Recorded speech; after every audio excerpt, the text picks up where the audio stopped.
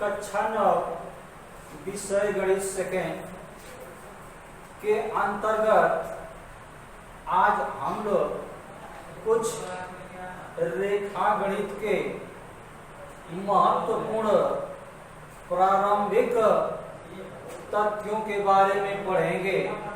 आइए शुरुआत करते हैं। बिंदु।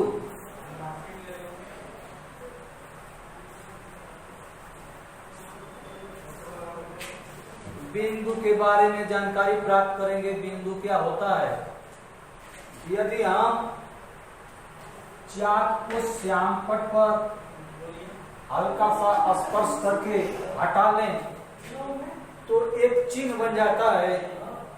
यदि इस चिन्ह को, इस प्रतीक को यदि हम स्केल से मापें कि इसकी लंबाई कितनी है, चौड़ाई कितनी है, ऊंचाई कितनी है, तो हम इसको बता नहीं सकते हैं, व्यक्त नहीं कर सकते हैं।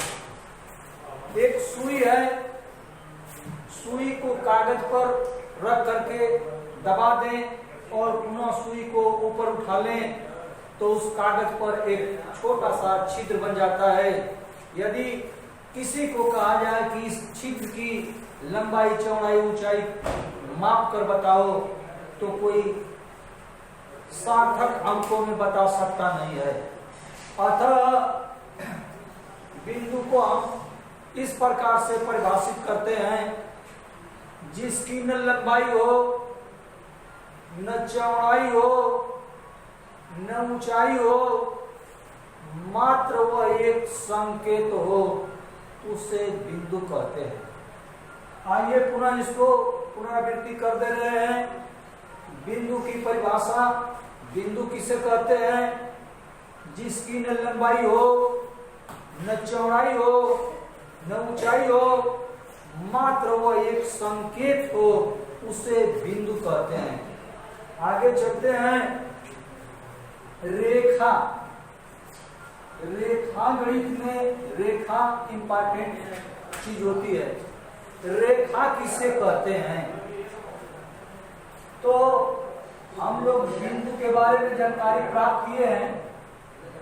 तो श्यामपट्ट पर देखिए रेखा के बारे में, ये अनंत बिंदु हैं। यदि ये सभी अनंत बिंदु आपस में मिल जाएं एक दूसरे से तो निर्मित आकृति रेखा बन जाएगी। इसको रेखा नाम से जाना जाएगा। तो रेखा की परिभाषा अनंत बिंदुओं के मेल को, अनंत बिंदुओं के मेल को रेखा कहते हैं। अब इसके आगे चलते हैं। रेखा की लंबाई के बारे में जानेंगे। रेखा की लंबाई असीमित होती है। रेखा को कभी मापा नहीं जा सकता है। रेखा आगे और पीछे अनंत तक बढ़ती रहती है। रेखा का अंत नहीं होता है। अब इसके आगे चलते हैं। रेखा के छोर बिंदु या अनंत बिंदु। रेखा में एक भी छोर बिंदु या अनंत बिंदु नहीं होते हैं। रेखा में न तो प्रारंभिक बिंदु का पता होता है और न ही अंतिम बिंदु का पता होता है। अतः हम कह सकते हैं कि रेखा में एक भी अनंत बिंदु नहीं होते हैं। प्रश्न में पूछा जाता है रेखा में कितने अनंत बिंदु होते हैं, तो इसका जवाब होगा रेखा में एक भी अनंत बिंदु नहीं होते हैं। इसके आगे चलते हैं। रेखा के प्रकार। रेखा दो प्रकार की होती है। एक सरल रेखा या सीधी रेखा, दूसरी वक्र रेखा या टेढ़ी मेढ़ी रेखा।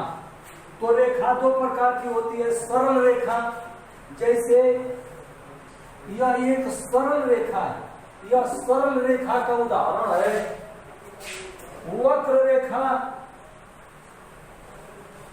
यह जो है वक्र रेखा का उदाहरण है।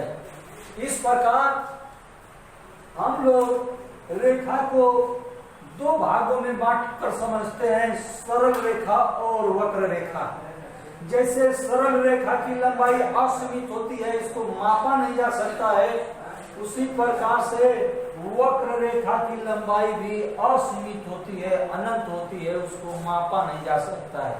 जहां कहीं भी रेखा की बात आती है तो वहां समझ लेना चाहिए कि रेखा असीमित होती है, रेखा की लंबाई को मापा नहीं जा सकता है। इसके आगे चलते हैं, हम लोग रेखाखंड के बारे में पढ़ेंगे। रेखाखंड,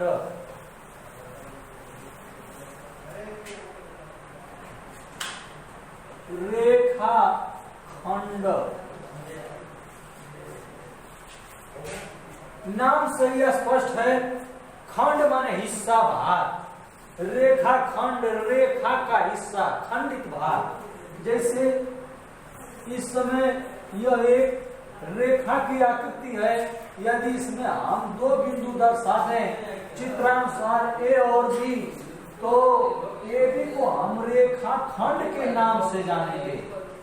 रेखाखंड, ए बी की जो माप है यह जो है रेखाखंड कहलाती है। रेखाखंड में दो अनंत बिंदु होते हैं, पहला अनंत बिंदु ए है और दूसरा अनंत बिंदु बी है। अनंत बिंदु का आशय छोर बिंदु से होता है, वह छोर बिंदु या तो प्रारंभिक छोर बिंदु हो या तो अंतिम छोर बिंदु हो। तो रेखाखंड, यह जो रेखाखंड होता है, रेखा का ही कुछ सीमित भाग होता है, बटा हुआ भाग होता है। तो रेखाखंड की लंबाई को मापा जा सकता है, क्योंकि रेखाखंड में दो अनंत बिंदु होते हैं, प्रारंभ का भी पता होता है और अंत का भी पता होता है। अतः हम कह सकते हैं कि रेखाखंड की लंबाई सीमित होती है और रेखाखंड में दो अनंत बिंदु होते हैं। इससे आगे अब हम लोग चलते हैं किरण पर। किरण के बारे में समझेंगे। किरण चित्र से यह जो है किरण की आकृति है, इसको किरण के नाम से जाना जाता है। किरण में एक अनंत बिंदु होता है, प्रारंभिक बिंदु का पता होता है लेकिन अंतिम बिंदु का कोई पता नहीं होता है।